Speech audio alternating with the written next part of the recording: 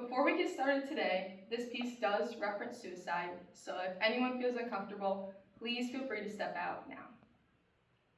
Thank you. The Bible says that the testimony of Jesus is the spirit of prophecy. This means that when you release a testimony into the air, you're actually impregnating the air for that very thing to happen in other people's lives, but with more power through the power of the Spirit of God. This piece is excerpts from Christian influencer Bryce Crawford's testimony as told by himself in his YouTube video, My Testimony of How God Saved My Life.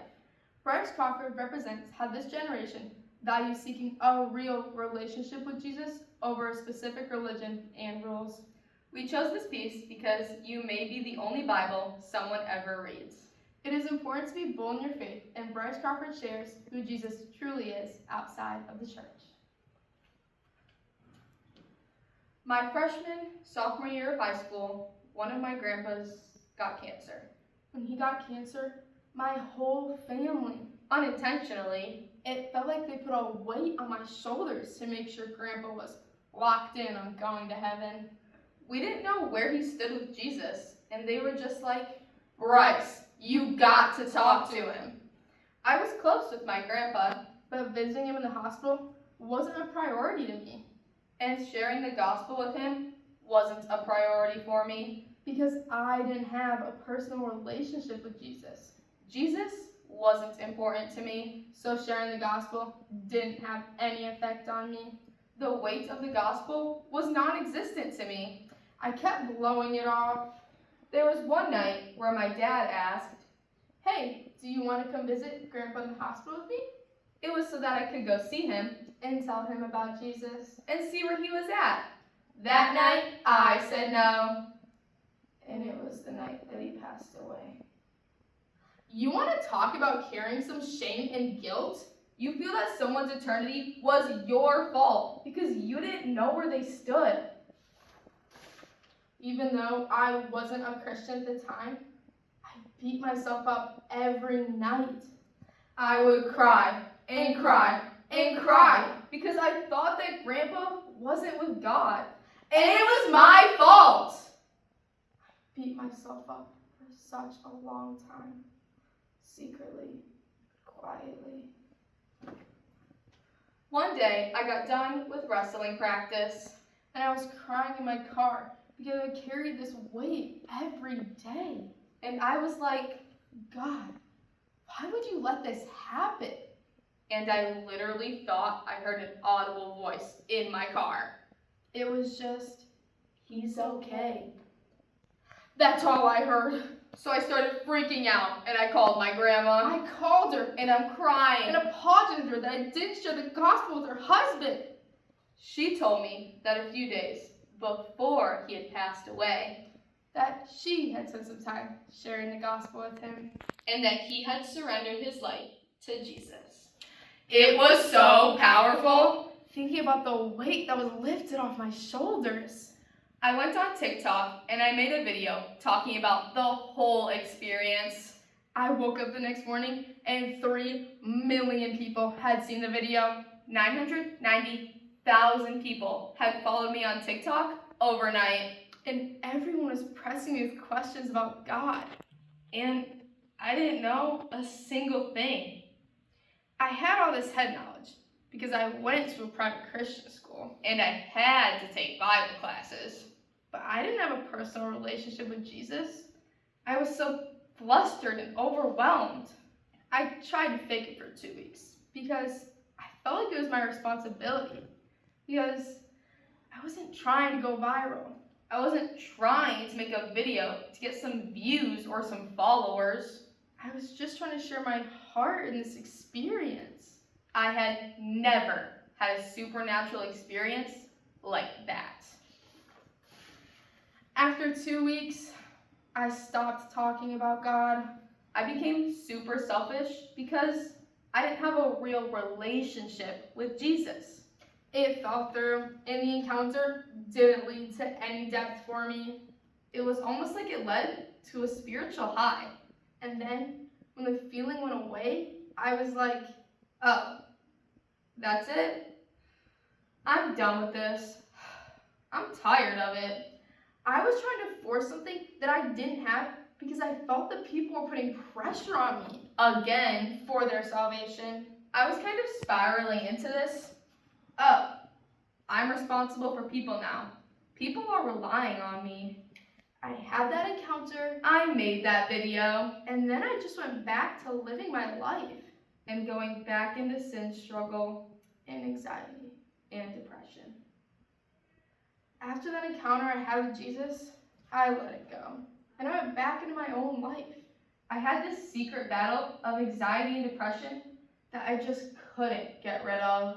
My life spiraled down even more. It felt like I was just becoming more hopeless and more hopeless and more hopeless. Which led to a night I thought was going to be my last. I thought December 25th of 2020 was going to be my last day. I had an awful day. Waffle House has always been one of my favorite restaurants, and it's open 24/7. It's always open, and I knew it was open on Christmas. I had just told my parents I was going to go get a meal at Waffle House. But in reality, I'm thinking this is going to be my last meal. I love Waffle House. No one knew. I set everything up to where after Waffle House, that was going to be it. And then there would be stuff left for the people that cared about me. I came into Waffle House and it was slam-packed inside. On Christmas, it's the only thing open, and people were trying to get food. Since I came alone, I knew it was going to take a while for me to sit down. So I asked this random guy, like, hey man, if we're a party of two, we'll get to sit down faster. I'll pay for your meal. He was in his mid-30s, and he said sure. So we sit down at this table, and he starts dumping all his life issues on me, everything he's going through. He's like, my wife's divorcing me, she's taking my kids, and she's taking all this, and blah, blah, blah. You got to think where I'm coming from here. No relationship with Jesus. My life feels hopeless. And now I'm trying to run away from my problems one last time, and I got somebody else dumping their problems on me. It was awful. I remember just not paying much attention to this guy. Just sitting there eating my chocolate chip waffle. I'm just thinking, I can't wait to get out of here and get this over with. As he's just talking. And I'm just not listening. Next, he says one thing that God used to change the course of my destiny. This one phrase this guy said, not even about Jesus, didn't say anything about God. He was talking about losing his wife to a divorce, and he goes, I love my wife. She just doesn't feel the same about me. There's no growth in a relationship if the love isn't mutual. When he said that, it was like all of time stopped.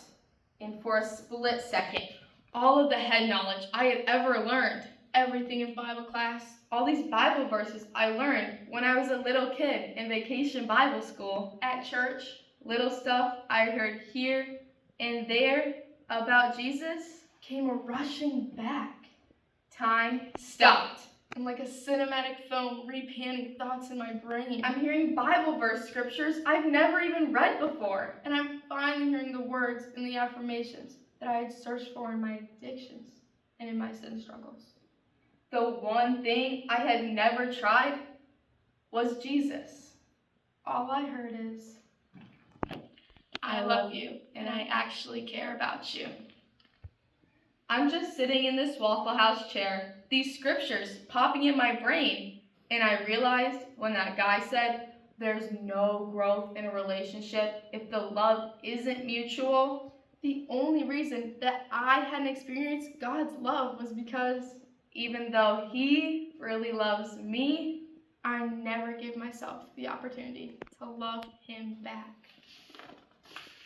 I started bawling my eyes out, and this guy was freaking out because he thought he had said something that offended me, and I just threw the money down on the table for the bill and walked out.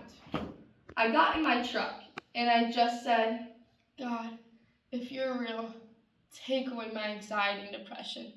And since December 25th, 2020, I haven't had any anxiety or depression. God set me free of my anxiety, my depression, my addiction to explicit videos. I feel like something that a lot of our generation has been riddled with and struggling with for a very long time is mental health issues. And I want to encourage everybody, there is a way out. And that way is Jesus. That night, instead of taking my life, I gave my life to somebody who wanted it.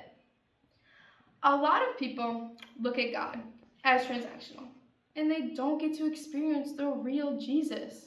God isn't a distant God. He's not a genie that answers your problems when you have an issue. He wants to be involved in all those problems, but He also wants to hear how you feel. He wants to be involved in your life. He wants to speak to you. He wants to know the ins and outs of your life. Even though Jesus is all-knowing, He wants to know how your breakfast was. He wants you to ask Him what to wear to school that day, what to wear to work that day. He wants you to ask Him whether to turn left or right when you're just driving around listening to music. Jesus is a real relationship, not a cage of rules.